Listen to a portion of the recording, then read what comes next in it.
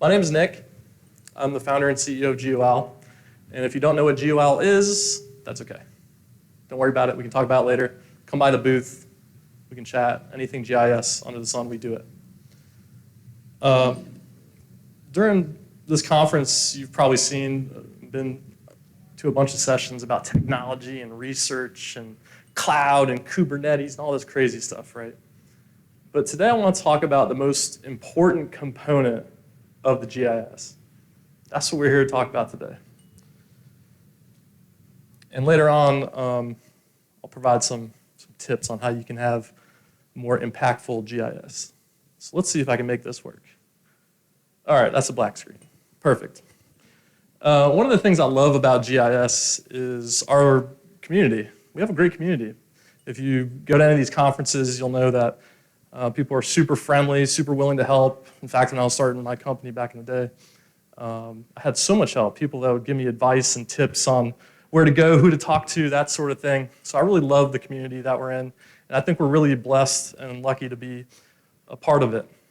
One of the things you also know about GIS, it's one of these things that everybody in our little bubble, we know about GIS, right? But not many people outside of it really do. So it's special in that regard. But, my friends, we are not maximizing, there it is. We are not maximizing our impact. What do I mean by that?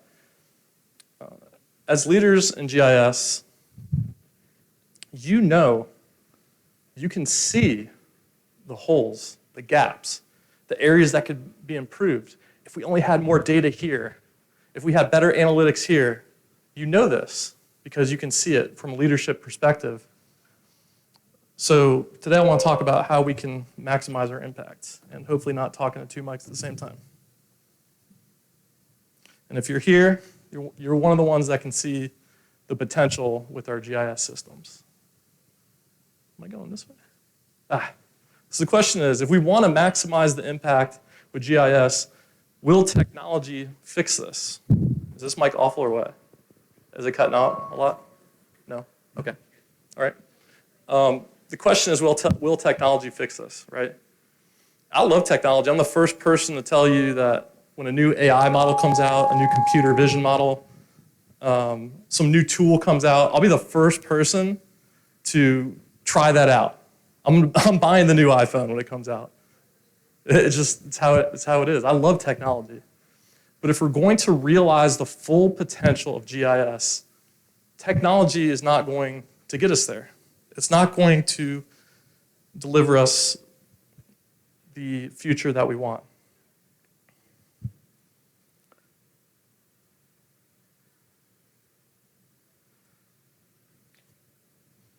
Leadership. It's about people. The most critical component of our GIS is our people. And it sounds almost silly to say it, but we sit and talk a lot of times about our technology, but it's the people that are the most critical component. So we want to think about the way that our people fit in as a component of the GIS.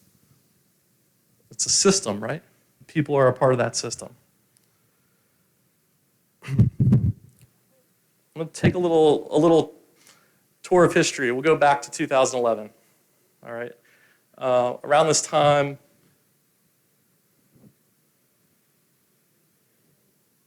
this is a good one, huh?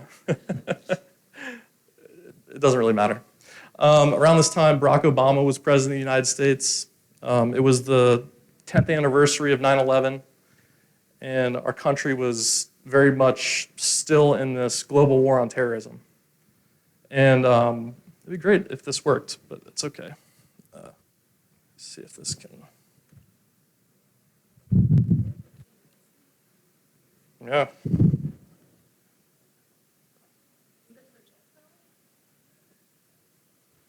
Yeah, the guy was saying earlier that it wasn't working. Cool. Well, see if you can get it to work. So anyways, 2011, like I said, we're still kind of in this global war on terrorism. And something else that is important to note, okay. Whatever. it was the year that we did the raid on Osama bin Laden's compound in Pakistan. And that was a joint operation between the CIA and the Joint Special Operations Command, which flew a SEAL team from Afghanistan through the valley into Pakistan, did the raid, killed the bad guy, and flew home over the northern mountains. Had a cool map, but just imagine some mountains are flown over. It's okay because everyone wants to go home, so I can just get through it. What's up? All right.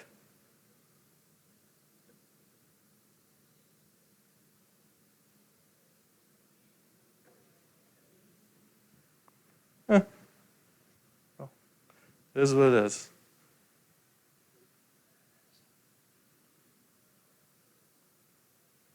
Any luck there?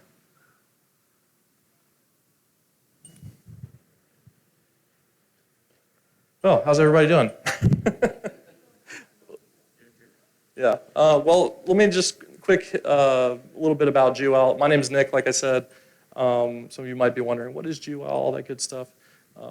Definitely come by the booth, but we are a geospatial firm at our core. We do everything from GIS, UAS, to geospatial intelligence. A lot of our work is with Special Operations Forces supporting the Joint Special Operations Command. We also support the National Geospatial Intelligence Agency and many of the other intelligence agencies through things like cartographic production and things like that.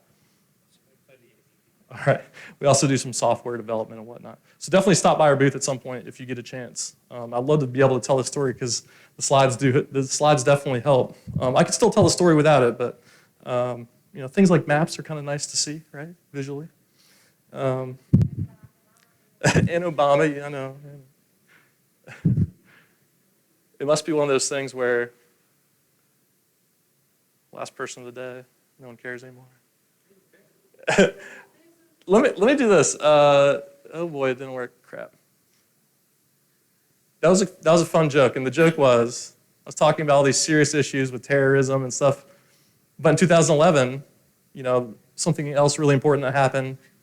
Katy Perry released Firework. So I'm sure the joke would have landed perfectly. Just pretend the slides were good. That's all good. Anyway, so in 2011, I was working at CIA, and this is a hallway. Despite its flickering, maybe I can flip the computer around and show you. Seriously, I don't. Do you care? No one cares, right?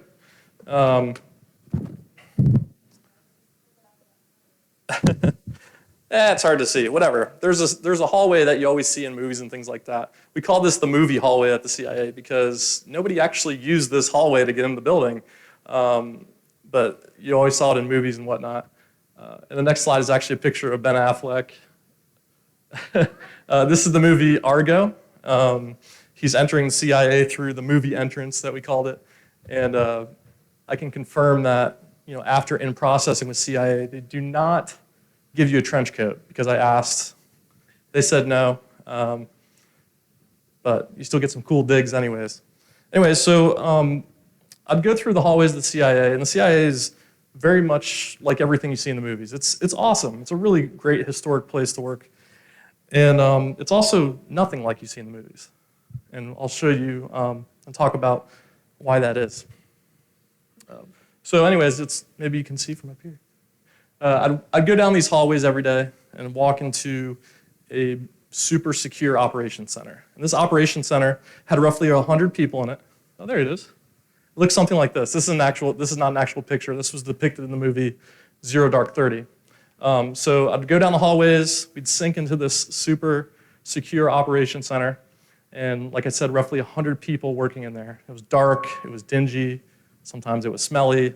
This is life in a 24/7 ops center. And one thing that was for sure, when you entered those doors, everybody had a 100% mission focus. When you went in, before we entered the door, we'd look at each other, we'd take a deep breath like, it's going down. We're getting in. The second you walked in, mission's on. You're here to work. And also around this time,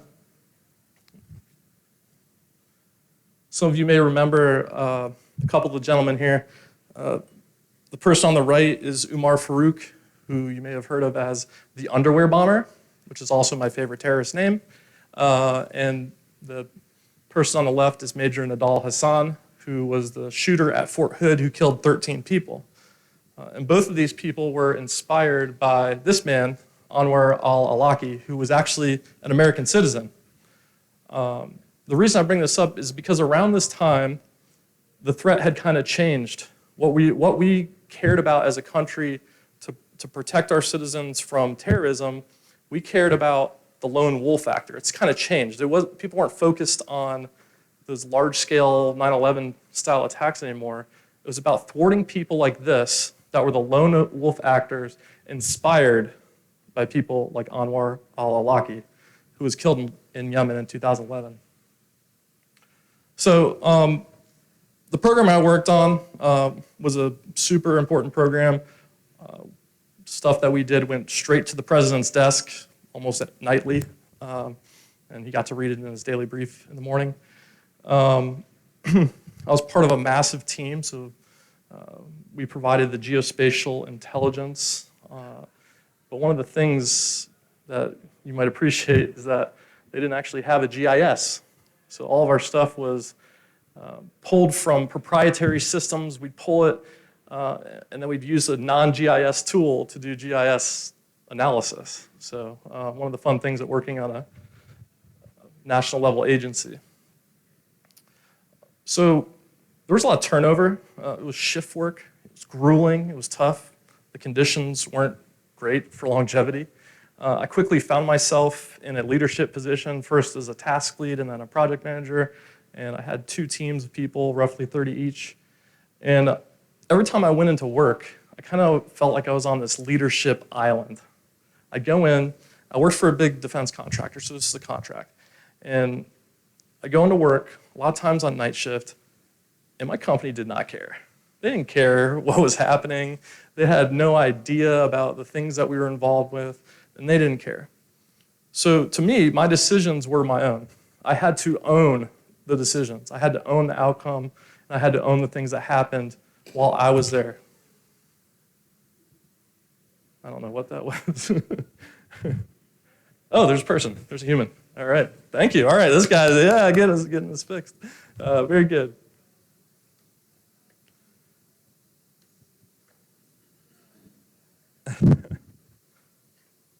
Feel free to stop me if you have questions while we're doing this. No worries. So I had a team. Like I mentioned, 2 teams, roughly 30 people. One of our teams was kind of like the Bad News Bears. These are my special children. And they're very young. They're very inexperienced. But the one thing they always had is when they went into work, they were focused and they were passionate about what they were doing. So I'll highlight some of the members on this team. There's this one girl, and I'm not going to say names and things like that, but she was a mega introvert. I mean, she would wear black, and mind you, this is a dark operations center, so she'd kind of hide out in the back somewhere. She'd bring a book every single day, so she'd be reading a book. Any downtime, she's reading a book, right? Which is great. And she wouldn't say a thing. I mean, she would not talk at all. You'd have to really dig into her to get any information. But when you did, it was usually pretty good. We had this other person, I'll use the name JR. JR was young. He was unprofessional. He dressed sloppy. He fell asleep at his desk. Now, falling asleep on shift work, it happens sometimes, but this guy really, he took it to the limit, But the thing that really drove me crazy about JR was he sucked at writing. He was an awful writer, and at the end of all of our work, we always had to write these reports. So as the person in charge there, I had to read some sucky writing. So naturally, the second I became his manager, I assigned him writing every day. That was his thing. I'm like, you're writing every day, I'll review it, and we'll get over this. So we get assigned this new task, right? We're we're supposed to track, locate, and know everything about a high-valued individual. And as the GWINT people, we're supposed to know everything about where this person's at, the types of things they can see from their window. We're supposed to know the height of the walls around their buildings. We're supposed to know everything dealing with the location that they're at. Well, this was a high-valued individual, and mainly because he was an inspirational figure. I talked about Anwar al-Awlaki. This person would go online and radicalize people. We had a lot of intelligence against this individual, and he was just like a Batman villain. He was a bad dude. I mean, there's no way around it. And we've seen plenty enough on him. So we get assigned to kind of track this individual and be responsible for ultimately this high-valued individual as a target. And of course, we go through system upgrades at this time. Why not, right? Because that's what you do. We were using a proprietary system, like I mentioned, so we didn't have a GIS or anything. But the system that we were using did have some capabilities. It could do some georeferencing. It had some maps on it that actually worked, so those were pretty good. But the system just was awful when it was going through these upgrade cycles. So we actually ended up ditching it completely. And we just started doing work using things like Microsoft Access, which we made a GIS out of Microsoft Access. It sucked, but it got the job done for the time being. And we couldn't track anything georeferencing, just was almost impossible, right? So I come into work one night, and the leadership comes to me and they say, we want to act on this individual now. Like, they want this to happen now. The pressure's built. They had some credible intelligence as to why this person was a real threat right now. And, my first reaction's always like, okay, let me check with my team and see what we know about, where this person's at, what they're doing, etc. So I go and talk to someone that was the last person responsible for the area this guy was in. It was her. And she had just gotten in. She was kind of disheveled, getting her books out and things like that, getting ready to sit down. And I said, I went over and talked to her, and I asked her a very, frank question. Are you confident that if we were to action this tonight, that we could do this safely? When I say action it, I'm talking about sending in operators to go and get the bad guy, right? And she said yes. She looked at me with perfect confidence. I mean, yes, 100% sure. And I said, why? I was curious as to why she's so confident. I've never seen this out of her. And she said, the walls of the compound are roughly 10 feet high, so they won't see us coming. The sound from the air conditioning units is very loud, so they won't hear us. And there's no women and children there. Now, this high-valued individual was staying at a guest house, and we don't usually do things where we don't really know the area. But she had taken the time to go through all of the guest houses that this person was staying at, hundreds, and she knew each one of them intricately. This would have never happened without her. So I go back to leadership. I say, yes, we're good. I saw some of the products that she created. They were fantastic. Products are just things that allow us to visually represent what our report ultimately says. And we go in, we get the bad guy. We send in a special operations unit. The leadership called immediately. They go in. The best thing, no operators were hurt. No women or children are hurt. We get this person, and they're detained. Well, I knew 100% that this report was going to the president in the morning. It was happening. This is a high-valued individual. We're getting done with our shift. I'm super tired. And who was writing the report? It was JR. So I'm thinking, oh man, I'm not sleeping today. It was night shift, so we slept during the day. I'm not sleeping today. I'm going to have to go through this report line by line and make massive edits. To my surprise, JR came through. I made maybe 3 edits to his entire report. I mean, we're talking pages of information, and I made maybe 3 edits to the whole thing, and it was one of the best reports I've ever read. And since then, he had gone on to be the absolute best writer that we had. So I was really happy to see that. But this whole scenario kind of got me thinking. We went through a lot of different missions like this. I kept thinking, why were we successful at all? Like, why? It doesn't make any sense. Like I mentioned, the team was inexperienced. They were young. They were immature. It didn't make any sense to me. Why were we successful? So I thought about this for a long time. And I came to the conclusion that the system we were in was not perfect, right? And no system is perfect. Yeah, great. But imperfect people can create perfect results. It's all about team. It's all about people that are doing the work at the end of the day. And sometimes as leaders, you see the imperfection. You see the flaws in your system. We don't have data here. This person doesn't quite do as good a job as this person.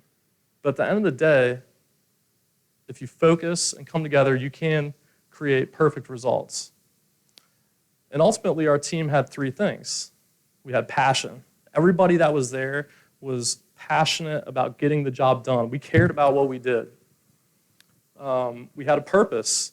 Now, you might not have a Batman villain to go after, but there's certainly things within your system or things that you provide that you could focus on and create a sense of purpose around. And we had trust. Look, the senior decision makers trusted me. When I went to them, they didn't second guess me at all. And I trusted the introvert. I knew that she had done her work based on the answer she provided me right away. I knew it, 100%. So not too long after this, I started GOL, and we got our first contract working with directly with special operations units, also kind of doing a similar type of work, geospatial intelligence. And I was actually working with SOF directly. And around this same time, ISIS started to proliferate throughout the Middle East.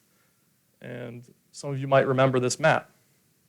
The best part about this map, the absolute best part, is that it never happened. And I thought about that. Why didn't this happen? I mean, ISIS was taking over large swaths of Syria. They were very successful, influential. They were awful. They were probably the worst people to ever exist. They still exist. They haven't disappeared completely. And the reason that this map doesn't exist today is mainly because of 2 things. The special operations units that stopped this from happening and the multinational forces that stopped this from happening. So why was SOF Intel successful? Like, as the Intel team, you're supporting those operators going out there. You want to provide the best information for them when they're going out and kicking down doors and doing other things. So one thing I noticed about working in that Intel center was people stayed for a really long time, so there's great knowledge base there. They had this interesting culture of over-communication. So when we worked on something, there was no doubt you had situational awareness for what you were doing. Sometimes we called it rambling. We'd go talk to each other. And we'd just be rambling to each other, just making sure we get all that information out. And it was very unique. I had not seen it anywhere else, not even at CIA. This was something that I've only seen at SOF, in that SOF Intel group. And the best part is they had a real GIS. So we actually were able to track things, geo-reference things, and build some awesome maps, apps, and all that good stuff. So let's maximize our impact. It's going to be all about leadership. It's all about integrating people. It's all about realizing the potential of the people within our GIS systems. And here's a few of my takeaways from my time working on these national intelligence missions and with the special operations units. The first thing is people are the most critical component of the GIS. It comes down to people at the end of the day. Introverts, I mean, as a leader, you have to know what your people, how your people think and feel. And introverts are highly capable. They might not be out there, the first person to speak in a meeting or whatnot, but you have to go to them and you have to ask them and you have to dig into them. There's gold in those hills, I'm telling you. They're highly detailed. They're oftentimes working on things that you don't even know about, kind of behind the scenes. And they're highly valued resources, so don't think just because someone doesn't talk that they don't have anything to say. Look, that whole situation with JR, he got to where he needed to be eventually, and like I said, he became an invaluable asset. That culture of over-communication I talked about. How do you create a culture of over-communication? I'll probably sit here and talk all day about that. Owning the issues under your control. So that leadership island I was on, it really forced me to say, this is mine. I have to be in control here. I have to own every single decision I make. It's my decision, and it's my fault. And ultimately, everything is your fault. And this is something that I've taken today as a business owner. Everything's my fault. If something goes wrong, I'm not the first person they come to, but eventually I find out about it, and the first thing I say is, oh, that was my fault. And most of all, build and engage teams with passion, purpose, and trust. So if you can do that, we are going to maximize our potential with geographic information systems.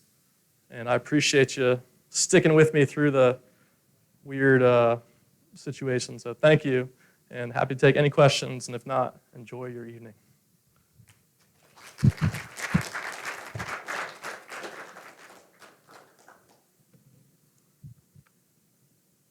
Yes? Why did I start my own company? Well, I talked about it a little bit. So that leadership island, it's nice, right? But I really felt like the big company I was working for did not give a shit about me. They didn't care about me, and truth be told, they didn't care about any of the awesome team members that we had. And I even overheard some things that I was like, man, this isn't the culture I want to be a part of. I've always been kind of an entrepreneur, starting stuff and whatnot, but I knew that I wanted to do this the right way. I wanted to build a company that focuses on taking care of people, and that's what I did. I started the company right after that, and now we actually compete in some areas with that company, which is fun. But yeah, if you're ever thinking about starting a company, do it. Do it. It's the best ride you can be on, and the worst, but definitely do it. Very good. Any other questions? All right. Cool. Enjoy your beer.